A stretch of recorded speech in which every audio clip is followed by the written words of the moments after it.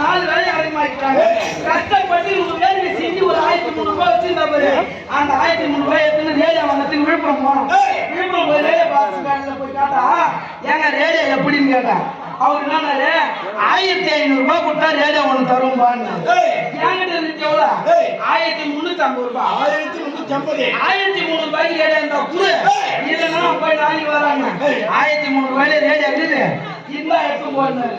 ஏங்க இந்த 1300 ரூபாய் ரேடியோ கொடுத்துட்டீங்க, இது எப்போ பாடுன்னு நான் கேட்டேன். ரேடியோ வாங்கிக்கோங்களா இத பாடு வைக்கணுங்க அப்படின்னு நான் கேட்ட ஒண்ணு இதை நடுவுட்ல எடுத்து வச்சு நீ படிச்சுட்டு வை அது பாடணும். நடுவுட்ல எடுத்து வச்சு படிச்சுட்டு வை பாடணும்.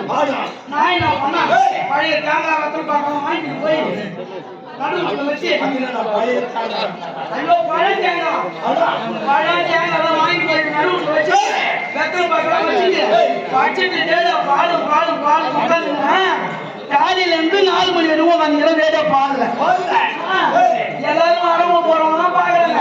நான் மாடு குட்டி போட்டு புண்ணியாட்டம் இருக்காங்க. ரேடியோ பாருங்க என்னடா இது 1300 ரூபாய் வச்சு ரேடியோ வாங்கிடலாம். அவன் ஏரியா கொடுப்பாங்க அவங்க கேட்பாங்க ரேடியோ பாடம் வந்துச்சுன்னு சொல்லிட்டு என் பொண்டாட்டி வந்தா ஏங்க ஏங்க இன்னதான் குட்டி போட புண்ணியாட்டம் ஒன்னு ஒரு தாத்தா ஒருத்தர் வந்தாரு. ஏண்டா ஏண்டா என்னதான் காலையில இருந்து நாங்க கேட்டாரு. நான் என்ன சொன்னா என் அம்மா இந்த போய் 1300 ரூபாய் கொடுத்து வேணாம் நடுவுட்ல எத்தனை வை பாடுனாரு. அதனால வச்சு உட்காந்து முன்ன பாருங்க அப்படின்னு. அதுக்கு என் தாத்தா என்ன இங்க நடுவுட்ல வச்சு உட்காந்துருக்காங்க திருச்சியில வையாங்க. திருச்சியில வையா பாடுனாரு. நான் ஒண்ணு சும்மா திருச்சியில வச்சாதான் பாடு திருச்சின்னு இங்க இருந்து ரேடியோ வச்சு திருச்சி கிளம்பிட்டான். பஸ் பிடிச்சி காலையில கிளம்பிட்டான். 4 மணிக்கு வச்சுட்டு ரேடியோ உட்காந்து ஒரு டீ கிளம்ப எத்தனை மணி வரைக்கும் சாயந்தரம் 3 மணி உட்காந்து பாடு. அங்க இருந்து ஆட்டோக்காரர் போறாரு பாத்துட்டு ஏன்பா இங்க என்னத்துக்கு இதை எடுத்து வச்சுக்கிறேன்னு ஏங்க வீட்டுல ரேடியோ வாங்கி வச்சா நடுவுட்ல எடுத்து போய் பாடுனாங்க. அங்கே பாடல ஒரு தாத்தா வந்து திருச்சியில அவருக்கு சொன்னா அவரு என்னன்னாரு ஏன் சென்னையில வச்சு அவர் சென்னையில வச்சு பாருங்க. நான் என்ன பண்ண அவரு பேச்சு சொல்லிட்டு ரேடியோ எடுத்துட்டு சென்னைக்கு போயிட்டேன். பல்லாவரம் பாலத்து கீழே வச்சுட்டு உட்காந்துங்கிறான். ரேடியோ பாடு பாடு பாடு ரேடியோ பாடவே இல்லை.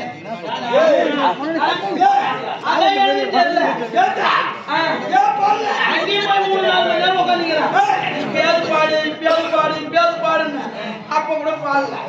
அங்க இருந்து ஒரு ஆட்டோக்காரன் வேணும்னா பாண்டிச்சேரியில வச்சு பாருங்க. பாண்டிச்சேரியில வச்சு பாருன்றாரு.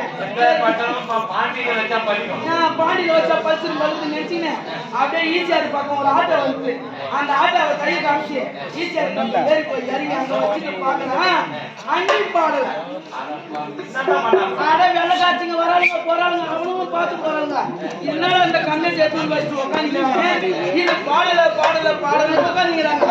ஆனா அங்கேயும் அதுதான் என்ன காரணம் எனக்கு தெரியல. புது ரேடியா என்ன பண்ணா இது எங்க வச்சாலும் பாடல. இந்த புண்ணல் விக்ரம் அந்த வழியா வந்தான். புண்ணல் விக்ரம் வந்து சொன்னா இந்த ஏரியாவை நீ பாடும் பாடு எங்க வச்சாலும் பாடாது. உங்க வீட்டுல என்ன பிளக் பாயிண்ட் இருக்குதான்னு கேட்டான். இவ்வளவு நேரம் பாடு பார்த்து போய் பாத்துங்கன்னா பிளக் பாயிண்ட் நான் போய் பிளக் பாயிண்ட்ல சொல்லிட்டு இது எப்படி எடுத்து சொல்லணும்ன்றான். நடுவில் வச்சுக்க இந்த பிளக் பாயிண்ட்ல எடுத்து சொல்லிட்டு இந்த முனைய பிடிச்சி திரும்ப பாடும்.